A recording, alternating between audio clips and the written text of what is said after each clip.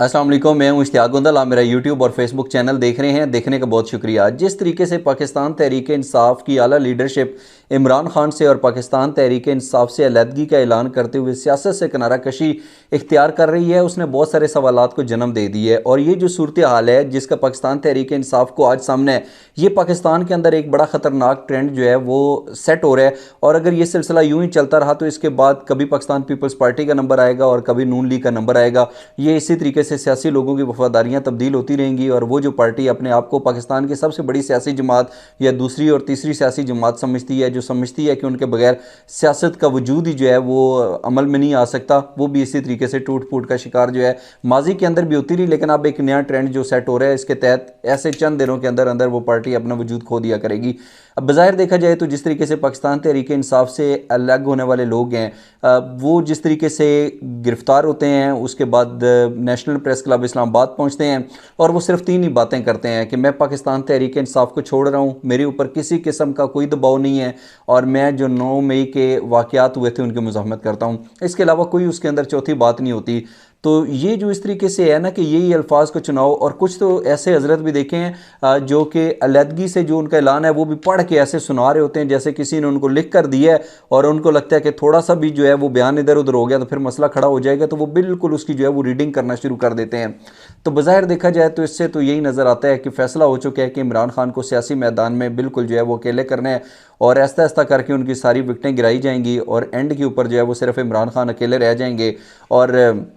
अब इमरान खान जो हैं वो बज़ाहिर ऐसा समझ रहे हैं कि उनका माइंड सेट बहरहाल ये बन चुका है कि आहिस्ता आहिस्ता करके सारे लोग जो उनको छोड़कर जा रहे हैं एंड पे उन्होंने अकेले ही रह जाना है। और इसीलिए उन्होंने पहले ही कह दिया कि मुझे इलेक्टेबल्स की ज़रूरत नहीं है। और अब वो कोशिश करेंगे कि जैसे जैसे इंतखाबात करीब आएंगे, अगर इमरान खान उस वक्त तक खुद सियासत के अंदर हिस्सा ले सके तो मेरा ख्याल है कुछ नए लोग जो हैं वो पाकिस्तान तहरीक इंसाफ के हिस्सा बनेंगे, या फिर वो लोग पाकिस्तान तहरीक इंसाफ के अंदर आला पोजीशन आला उहदों पर आ जाएंगे जिन्होंने इस मुश्किल वक्त के अंदर भी इमरान खान को अकेला नहीं छोड़ा। इसके साथ साथ अगर देखा जाए तो बज़ाहिर अगर पाकिस्तान तहरीक इंसाफ, कुछ लोगों का ख्याल है कि ये जो लोग पाकिस्तान तहरीक इंसाफ को छोड़कर जा रहे हैं वो ये समझते हैं कि 9 मई के जो अफसोसनाक सानियात थे उसके बाद पाकिस्तान तहरीक इंसाफ जो है अपना वोट बैंक जो ऐसा ऐसा खो चुकी है और अब अगर उनको पाकिस्तान तहरीक इंसाफ का टिकट मिल भी गया तो वो इलेक्शंस नहीं जीत सकेंगे, इसलिए वो जो है पाकिस्तान तहरीक इंसाफ से जो है वो किनारा कशी इख्तियार कर रहे हैं। लेकिन बहुत सारे लोग वो भी हैं जो कहते हैं कि हम सियासत ही आज के बाद नहीं करेंगे, हम तो बस वो तब्दीली के लिए आए थे, नया पाकिस्तान बनाने के लिए आए थे, तो ये नहीं हो सका तो अब जो है हमारा सियासत से जो है वो कोई हमारा इंटरेस्ट नहीं रहा इसके अंदर। बज़ाहिर देखा जाए तो ये बात तो है कि पाकिस्तान तहरीक इंसाफ का वोट बैंक अभी तक मौजूद है। फिर जो लोग छोड़कर जा रहे हैं बुनियादी तौर के ऊपर 3-4 वजूहत हैं जिसकी वजह से उनको पाकिस्तान तहरीक इंसाफ से अलहदगी इख्तियार करनी पड़ रही है। एक चीज़ तो ये है कि हमारे यहाँ बहुत सारी, आपको पता है कि जो अहम ओहदों के ऊपर रहा होता है, करप्शन तो बदकिस्मती से एक बड़ा अहम नासूर है और वो मुल्क की जड़ों को अंदर से खोखला करता जा रहा है। बहुत सारे लोगों के ऊपर करप्शन के केसेस बनते भी हैं और जिनके ऊपर बन जाते हैं वो फिर आपके सामने ही होते हैं, लेकिन बहुत सारे लोग वो भी होते हैं जिनके ऊपर केसेस बनाए जा सकते हैं लेकिन बनाए नहीं जाते। उनकी इस तरीके से कुछ कमज़ोरियाँ अपने पास रखी जाती हैं, ठोस शाहिद होते हैं, जब उनको गिरफ़्तार किया जाता है तो उनको बताया जाता है कि भाई साहब ये आपने किया हुआ है, उसकी वजह से वो थोड़ा सा ब्लैकमेल होते हैं और फिर आखिर जो है पाकिस्तान तहरीक इंसाफ से अलहदगी का ऐलान करते हैं। फिर इसके साथ साथ बहुत सारे लोग जो हैं इसके अंदर, क्योंकि सियासत के अंदर कोई एक गरीब आदमी तो सियासत कर नहीं सकता, बदकिस्मती से पाकिस्तान के अंदर जो आते हैं वो अच्छा खासा जो है वो बिज़नेस माफिया होता है, उनके अपने किसी तरह के कई कारोबार चल रहे होते हैं, तो उनको पता होता है कि उनकी अगर लेट्स सपोज कोई मार्केट्स हैं, कोई पेट्रोल पंप्स हैं, उनको सील कर दिया जाता है, इंतज़ामिया की तरफ से प्रेशराइज़ किया जाता है, माली तौर के ऊपर उनको लगता है वो खस्ताहाली और बदहाली का शिकार हो जाएंगे, इसलिए जो है वो फिर दबाव में आते हैं और वो पाकिस्तान तहरीक इंसाफ से अलहदगी का ऐलान करते हैं। और कुछ केसेस के अंदर तो हमने देखा है, जैसे फैज़ुल हसन चौहान ने भी बताया और कुछ और लोगों ने भी, कि जब पुलिस वाले आते हैं तो उनके घर की जो ख़वातीन होती हैं या जो बच्चे होते हैं, बुज़ुर्ग होते हैं, मारपीट होती है, तशद्दुद होता है और कुछ लोगों को उठाकर साथ ही ले जाते हैं। अब लेट्स सपोज अगर कोई सियासी बंदा है, उसकी बहन का घर है, वो बस रहा है, उसके जब बहनोई को उठाकर ले जाएंगे तो ज़हरी सी बात है फिर हमारे यहाँ तो ऐसा ही होता है जी कि वो देखें उसकी बहन की वजह से जो है घर तबाह करके रख दिया, हमारी खुशियाँ खा गए हैं। तो ये 3-4 वजूहत बज़ाहिर बन रही हैं जो लोग पाकिस्तान तहरीक इंसाफ से अलहदगी का ऐलान कर रहे हैं। अब अगर बज़ाहिर देखा जाए तो ये सूरत हाल तो यकीनी तौर के ऊपर इमरान खान के लिए बड़ी एक अलार्मिंग किस्म की सिचुएशन है वो बज़ाहिर मीडिया के ऊपर आके जितने मर्जी कॉन्फिडेंस का मुजाहरा करें, लेकिन ये एक बात हकीकत है कि इमरान खान के अगर आप फेस एक्सप्रेशन देखें और उनके चेहरे के ऊपर आपको कोई तरोताज़गी, कोई फ्रेशनेस नहीं मिलेगी, तो नज़र तो आ रहा है साफ तौर के ऊपर कि वो नफसियाती दबाव का शिकार हैं, और दबाव का शिकार होना भी चाहिए। इंसान है और इंसान के ऊपर जब इस तरीके से मुश्किल वक्त आता है तो यकीनी तौर के ऊपर जो है वो परेशान होता है। अब बज़ाहिर देखा जाए तो कुछ लोगों के बारे में तो इमरान खान को पता था कि ये मुझे छोड़ जाएंगे, ये फसली बटेरे हैं, लेकिन कुछ लोगों के बारे में उनको था कि ये मुझे कभी नहीं छोड़ेंगे। जैसे मिसाल के तौर के ऊपर आमिर कियानी साहब की बात करें या असद उमर की बात करें, जिस तरीके से उन्होंने, असद उमर ने तो खैर जो ओहदा था पार्टी का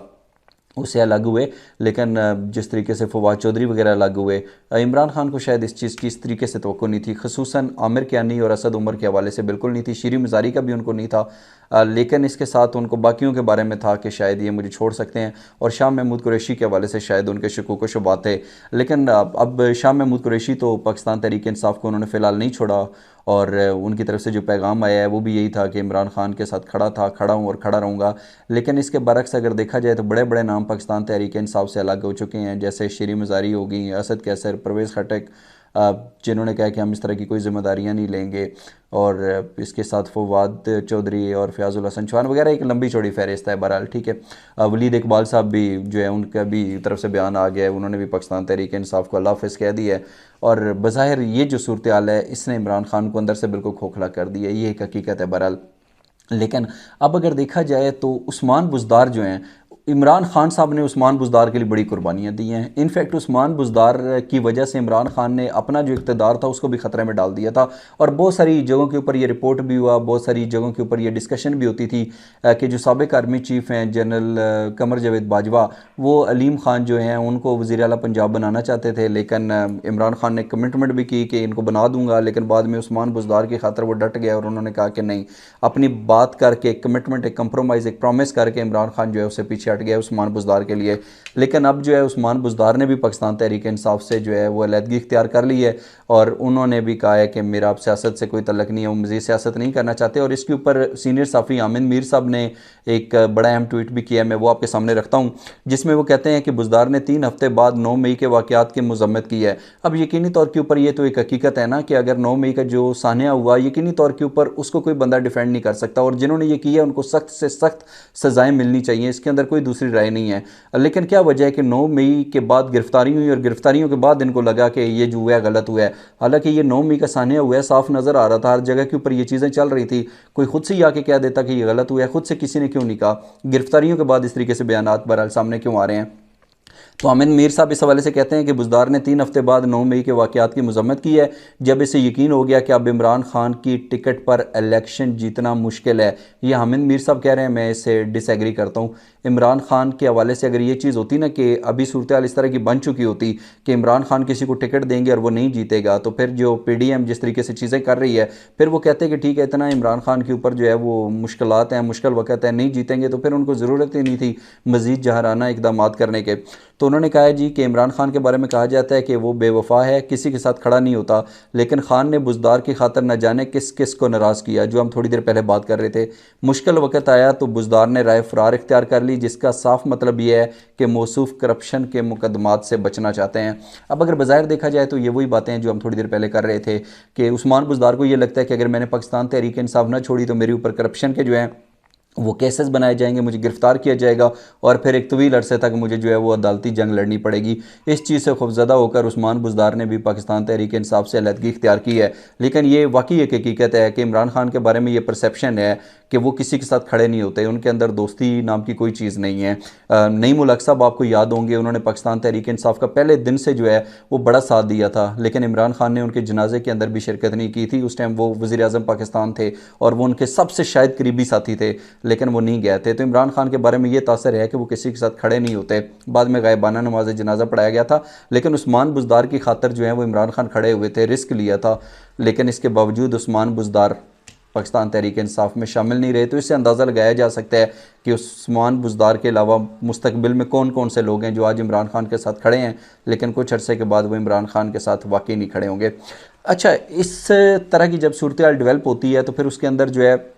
एजेंडा भी सेंड किया जाता है, प्रोपेगेंडा भी किया जाता है, गलतफहमियों को भी फ़रोग़ दिया जाता है। हम देखते हैं कि इमरान खान समेत बहुत सारे लोग ये समझते थे कि जेलों के अंदर जो ख़वातीन हैं उनके साथ जो है वो ज़्यादती की जा रही है, उनके साथ इम्तियाज़ी सलूक रवा रखा जा रहा है। बहुत सारी जगहों के ऊपर तो जिनसी ज़्यादती का भी लफ्ज़ इस्तेमाल हुआ है, जो कि मेरी नज़र में एक बड़ा नामुनासिब अमल है, नामुनासिब अल्फाज हैं। लेकिन बहरहाल अभी हम देखते हैं किस तरीके से जो चीज़ें हैं उनकी तरदीद सामने आ गई, और किसी ने बाहर से बैठ के तरदीद नहीं की, या कोई जैसे वो पुलिस का कोई अफसर गया हो या कोई खातून अफसर गई हो तो उसने जाके नहीं कहा कि उनको बड़े अच्छे हालात के अंदर रखा गया, इस तरह की कोई चीज़ नहीं है। वो तो ज़ाहिर सी बात है, उन्होंने यही कहना है। लेकिन अब अगर हम देखें तो इसके हवाले से जो सनम जावेद हैं और तैयबा राजा हैं, उन्होंने खुद कहा है कि इस तरीके से कोई इम्तियाजी सलूक नहीं किया जा रहा, यही बहुत बड़ी सज़ा है कि हमें बेगुनाह जेलों के अंदर रखा हुआ है। तो इससे बज़ाहिर तो ऐसा नज़र आता है कि इस तरह की बहुत सारी खबरें जो फैलाई जाती हैं, जो अफवाहें फैलाई जाती हैं, उसके अंदर कोई हकीकत नहीं होती। लेकिन मुख्तसरन ये कि जो मर्द हज़रात थे वो पाकिस्तान तहरीक इंसाफ और इमरान खान का साथ छोड़ गए।